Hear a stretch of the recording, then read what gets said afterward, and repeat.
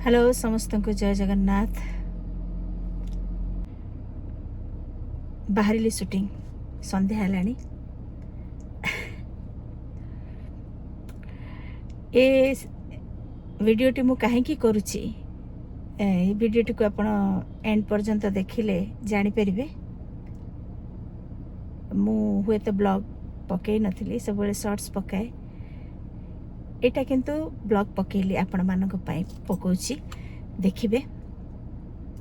आपण मानकर भल पाइबा स्नेह आशीर्वाद मु सब बेले पाइची। जो जगह जोठी जेमती काम करिची पाइची। आउ आपण मानक स्नेह श्रद्धा पाई ही मु काम करि परिची, एते आगु को आसी परिची। मो परिवार रो सुख दुख रे मु ठिया हेई परिची केवल आपण मानकर भल पाइबा और आशीर्वाद पाई। तेबे आगो को भी मो लाइफ रो जर्नी रे आपण मानकर भल पाइबा और आशीर्वाद रहिबो बोली मु आशा करुची। आउ जदि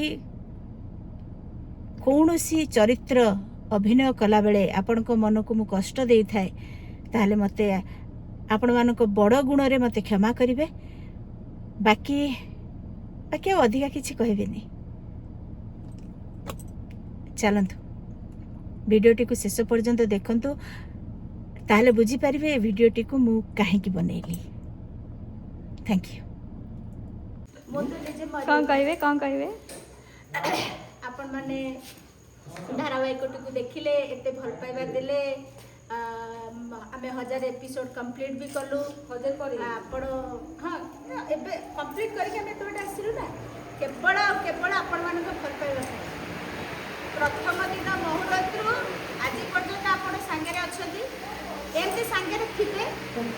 चरित्र बदलिबे, कलाकार बदलिबे, कहानी चली भल पाइबा एमती जेमती रखछंती सेमती रखिथिबे। मु आ रहिबिनी एक तो चली गली।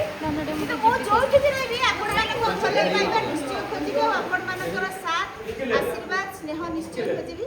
तणु श्रद्धा आशीर्वाद दउथिबे। एबे कोन अभिनय रे मरुची किंतु सत्तरे मरिया पर्यंत साथ देबे।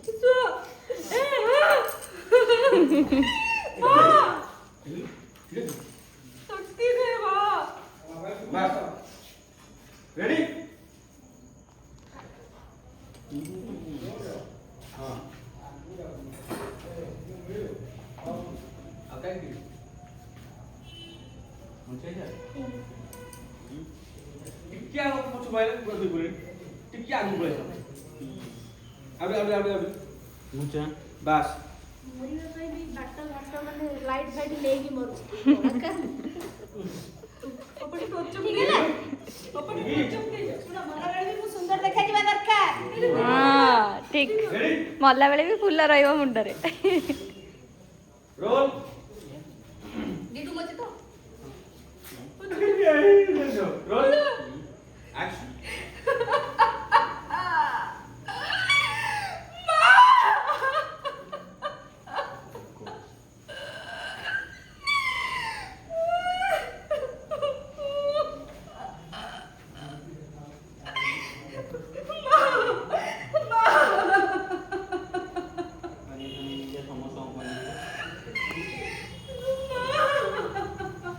क्या करो कानी नहीं जा डन।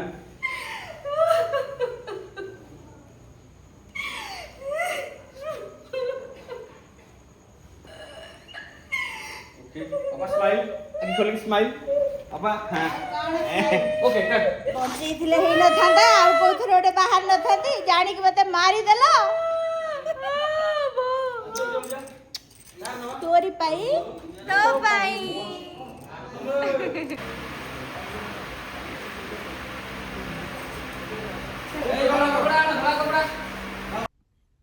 गला बेले आपण मानक सहित कथा हेइथिली। एबे शूटिंग सारी फेरिली।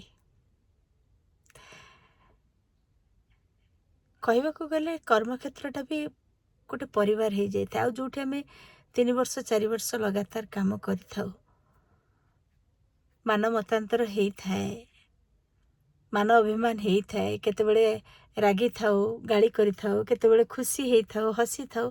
सब मुहूर्त को जेमती परिवार लोक मानक सहित बंचिला भलिया बंची थाउ।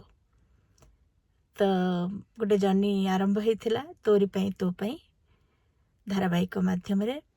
ଚେଷ୍ଟା କଲି ମୋ ଚରିତ୍ରଟିକୁ ଆପଣମାନଙ୍କ ସାମ୍ନାରେ ଭଲ ଭାବରେ ଫୁଟେଇବା ପାଇଁ। ମୁଁ ଜାଣିନି ମୁଁ କେତେ ଦୂର ଠିକ୍ କରିଛି କେତେ ଦୂର ଭୁଲ କରିଛି। ଆପଣମାନଙ୍କର ବିଚାରରେ ବିଚାର କରିବେ। ତେବେ ଆଜି ସରିଲା, ମୋର ସରିଗଲା। କାହାଣୀ ସରିବ। ଯେଉଁ କାହାଣୀ ଦିନେ ଆରମ୍ଭ ହୁଏ ସେ କାହାଣୀ ତ ସରେ, କିନ୍ତୁ ସତ କହିବାକୁ ଗଲେ ଯେଉଁ କାହାଣୀ ସରେ ସେଇଟା କ'ଣ ପ୍ରକୃତରେ ସରେ, ନା ନୂତନ କାହାଣୀର ଆଉ ଗୋଟେ ପୃଷ୍ଠା ଆରମ୍ଭ ହୁଏ। ଏ ବି ସେମିତି ଆଉ ଗୋଟେ କାହାଣୀର ପୃଷ୍ଠା ଆରମ୍ଭ ହେବ।